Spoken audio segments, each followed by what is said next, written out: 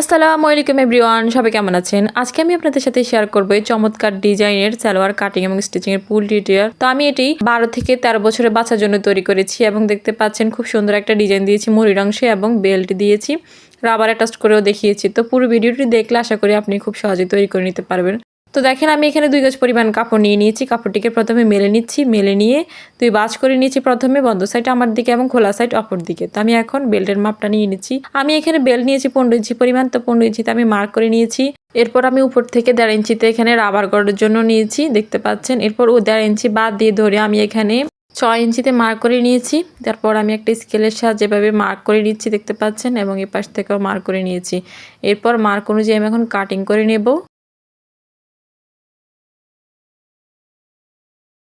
তো এই তো দেখেন আমার কাটিং করা কমপ্লিট।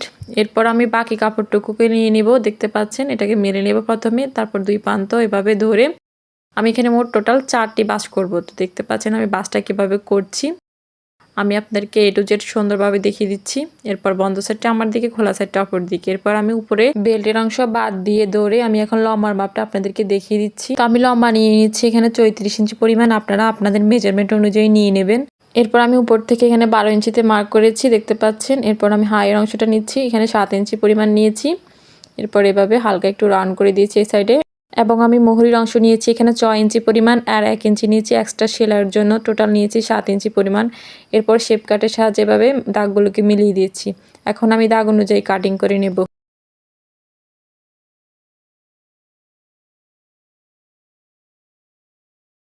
তো এই তো দেখেন আমার কাটিং করা কমপ্লিট। এখন আমি সেলাই করব। তো দেখেন আমি মহির অংশ অর্থাৎ যে ডিজাইনটা দিয়েছি এটার জন্য আমি কাপড়গুলোকে এভাবে কেটে কেটে সেলাই করে নিয়েছি। যেভাবে আমরা দড়ি পাইপনগুলো সেলাই করি সেমভাবে এখানেও সেলাই করে নিয়েছি। তো আমি 2.5 ইঞ্চি করে করে আমি এগুলো কাটিং করেছি, দেখতে পেয়েছেন। এরপর আমি মহির অংশটা নিয়ে নিয়েছি, 1 ইঞ্চি বাদ দিয়ে রেখে আমি উপর থেকে আবার 1 ইঞ্চিতে মার্ক করে একটা স্কেলের সাহায্যে স্ট্রেট এভাবে দাগ দিয়ে নিয়েছি, যাতে করে ডিজাইনটা একদম সোজা থাকে আর কি। তো দেখেন এরপর আমি এগুলোকে একটার পর একটা এভাবে আমি সেলাই করে নিয়েছি। এই পাইপিনগুলো আমি কিভাবে তৈরি করেছি আশা করি বুঝতে পেরেছেন। আমরা যেভাবে লুপ অথবা ডরি তৈরি করে থাকি সেমভাবে এগুলো তৈরি করেছি। তো আমি যখন তৈরি করেছি কাপড়টা চড়া নিয়েছিলাম 2.5 ইঞ্চি পরিমাণ। এরপর 2 ভাঁজ করে সেলাই করে এটাকে উল্টিয়ে নিয়েছি, বুঝতে পেরেছেন আশা করি। এরপর এগুলোর লম্বা নিয়েছি 2.5 ইঞ্চি পরিমাণ চওড়া। এরপর একটার পর একটা এভাবে আমি সেলাই করে নিচ্ছি। যেভাবে আমি মার্কটা করেছি ওই মার্কটাকে মাঝখান বরাবর রেখে তারপর আমি পুরোটা এভাবে সেলাই করে নিয়েছি। তো দেখতে পাচ্ছেন সবগুলো এভাবে সেলাই করা কমপ্লিট। এরপর আমি ডিজাইনটা ক্রিয়েট করব। তো দেখতে পাচ্ছেন আমি কীভাবে ক্রিয়েট করছি, একটু ভালোভাবে লক্ষ্য করলে বুঝতে পারবেন। একটার পর একটা এভাবে আমি সেম নিয়মে প্রত্যেকটা করে নেব। তো এটা বলে বোঝানো সম্ভব না, আশা করি আপনারা দেখলে বুঝতে পারবেন। তো একটু ভালো করে লক্ষ্য করবেন, একটু মনোযোগ সহকারে দেখবেন, ভিডিওটা না টেনে, তাহলে পারবেন খুব সহজেই তৈরি করে নিতে। কারণ এটা খুবই সহজ একটা ডিজাইন, এটা যে কেউ পারবে আমি মনে করি। একটু ভালো করে দেখলে পারবেন। ভিডিওর এই পর্যায়ে আমার ছোট্ট একটা রিকোয়েস্ট, যারা এখনও পর্যন্ত আমার চ্যানেলটিকে সাবস্ক্রাইব করেননি তারা অবশ্যই আমার চ্যানেলটিকে সাবস্ক্রাইব করে দেবেন এবং পাশে থাকা বেল আইকনটা বাজিয়ে দিবেন। এতে করে আমি নতুন কোনো ভিডিও চাওয়ার সাথে সাথে আপনারা নোটিফিকেশনের মাধ্যমে সবার আগে পেয়ে যাবেন। আর যারা অলরেডি সাবস্ক্রাইব করেছেন তাদেরকে তো অসংখ্য অসংখ্য ধন্যবাদ। তো দেখেন আমার এক পাশটা সেলাই করা কমপ্লিট এবং আমি অপর পাশটা এখন সেলাই করব।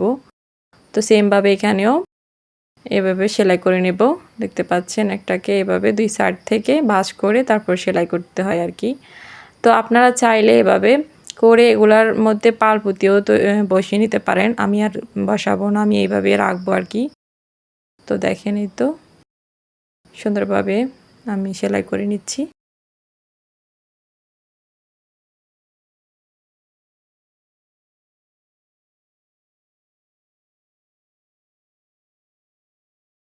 তো এই তো দেখেন আমার সেলাইটা করা কমপ্লিট।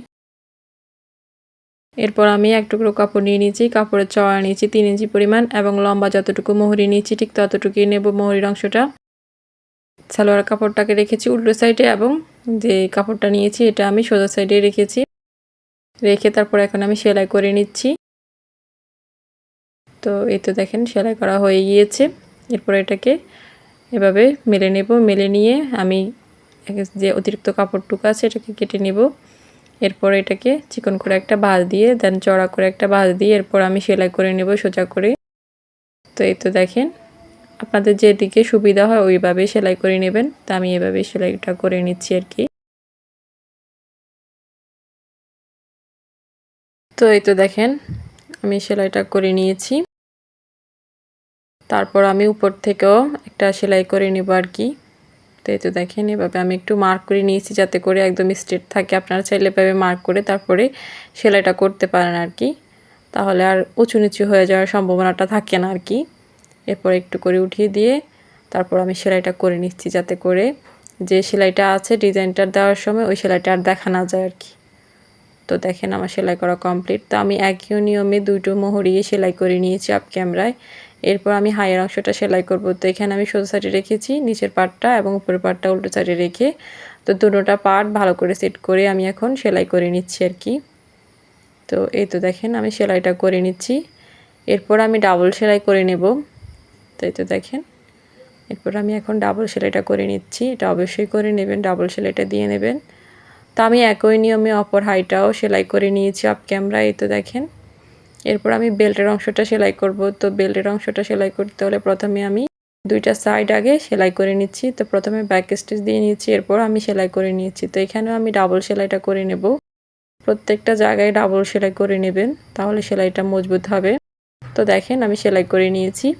এরপর আমি নিচের কাপড়টা অর্থাৎ নিচে রেখেছি বেল্টের কাপড় আর উপরে রেখেছি সালোয়ারের নিচের যে কাপড়টা আছে ওইটা আর কি। তো দেখেন আমি প্রথমে সেট করে নিয়েছি, এখানে হাইয়ের অংশটা মাঝখানে রেখেছি এবং সুন্দরভাবে রেখে এখন আমি কুচিগুলো দিয়ে নেব আর কি একটার পর একটা। তো কুচিগুলো একটু বড় বড় করে দিচ্ছি, প্রত্যেকটা কুচি এভাবে একটার পর একটা আমি দিয়ে নেব। আশা করি ভিডিওটি আপনাদের কাছে অনেক বেশি ভালো লেগেছে। যদি ভালো লেগেছে তাহলে অবশ্যই একটা লাইক দিতে ভুলবেন না। আর এরকম নিত্য নতুন ভিডিও পেতে হলে অবশ্যই আমার চ্যানেলের সাথেই থাকতে হবে। তো দেখেন আমি প্রত্যেকটা কুচি এভাবে দিয়ে নিচ্ছি, একটার পর একটা এভাবে বড় বড় করে দিয়ে নিতে হবে। তো প্রথমে সেলাইটা দিয়ে নেবেন, তারপর ডাবল সেলাই দিয়ে নেবেন আর কি। তো আপনারা চাইলে আপনাদের মেজারমেন্ট অনুযায়ী এই ডিজাইনটা দিয়ে নিতে পারেন আর কি। যে কোনো বয়সী বাচ্চার জন্য অথবা বড়দের জন্য ওই ডিজাইনটা দিতে পারেন। যে মোহরির অংশের ডিজাইনটা দিয়েছি ওইটার কথা বলছি আর কি। তো দেখেন আমি সেলাই করে নিয়েছি, এরপর আমি ডাবল সেলাই করে নেব। এই তো দেখেন এখন আমি ডাবল সেলাইটা করে নিচ্ছি পুরোটা।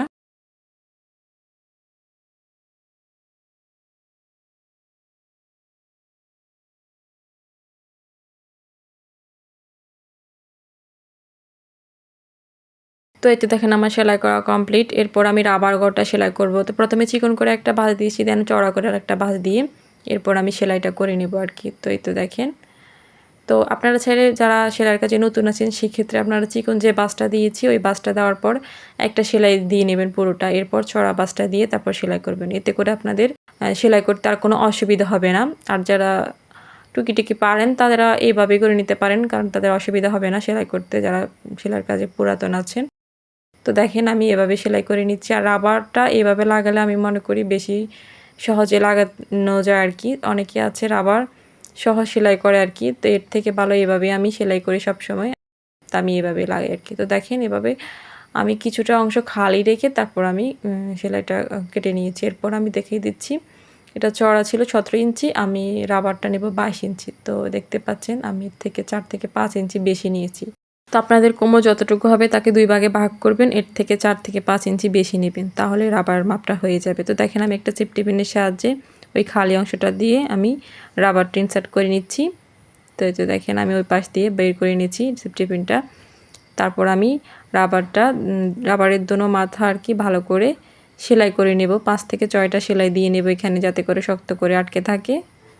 তো দেখেন এই তো 5 থেকে 6টা সেলাই বসিয়ে দিচ্ছি।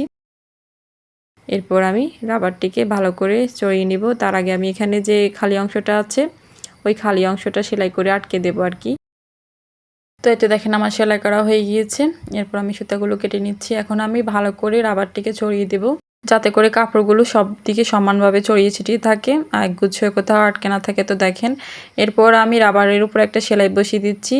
তো এই সেলাইটা দেওয়ার সময় কিন্তু রাবারটিকে দোনো পাশ থেকে টেনে ধরে সেলাইটা দিতে হবে। তো দেখেন আমার সেলাই করা কমপ্লিট। এই তো এরপর আমি সাইডটা ফিটিং করে নেব সালোয়ারের। তো যতটুকু মোহরির অংশ রাখা দরকার ততটুকু রেখে এরপর আমি সেলাই করে নিচ্ছি। তো এখানে অবশ্যই ডাবল সেলাই করে নেবেন। তো আমি প্রথমে একটা সেলাই দিয়ে নিচ্ছি, এরপর আমি ডাবল সেলাই দিয়ে নেব। তো এই তো দেখেন, তো আমি চেষ্টা করেছি আপনাদেরকে খুব ভালোভাবে বুঝিয়ে দেওয়ার জন্য। তারপরে যদি আপনাদের বুঝতে কোথাও অসুবিধা হয়ে থাকে তাহলে অবশ্যই কমেন্ট বক্সে কমেন্ট করতে পারেন। তো তো এই তো দেখেন আমি সেলাই করে নিয়েছি, এরপর আমি ডাবল সেলাই করে নেব আর কি। তো এই তো দেখেন আমার সেলাই করা কমপ্লিট, এরপর আমি ডাবল সেলাইটা করে নেব। তো ডাবল সেলাইটা অবশ্যই করে নিতে হবে। তো এই তো দেখেন আমি সেলাইটা করে নিচ্ছি ভালোভাবে। তো আজকের ভিডিওটি যদি আপনাদের ভালো লেগে যায় তাহলে অবশ্যই আমার চ্যানেলের সাথেই থাকতে হবে। আজকের মতো এই পর্যন্ত। ভালো থাকবেন, সুস্থ থাকবেন, দেখা হবে নেক্সট কোনো ভিডিওতে ইনশাআল্লাহ। আল্লাহ হাফেজ।